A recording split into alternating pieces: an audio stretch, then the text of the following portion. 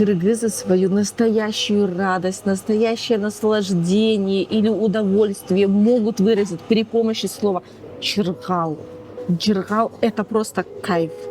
Если вы съели жирный, вкусный бешбармак, забили все это горячим чаем и легли на мягкий тюшек, и вы можете сказать «ох, чыргал», это будет обозначать «жизнь удалась, лучше и быть не может».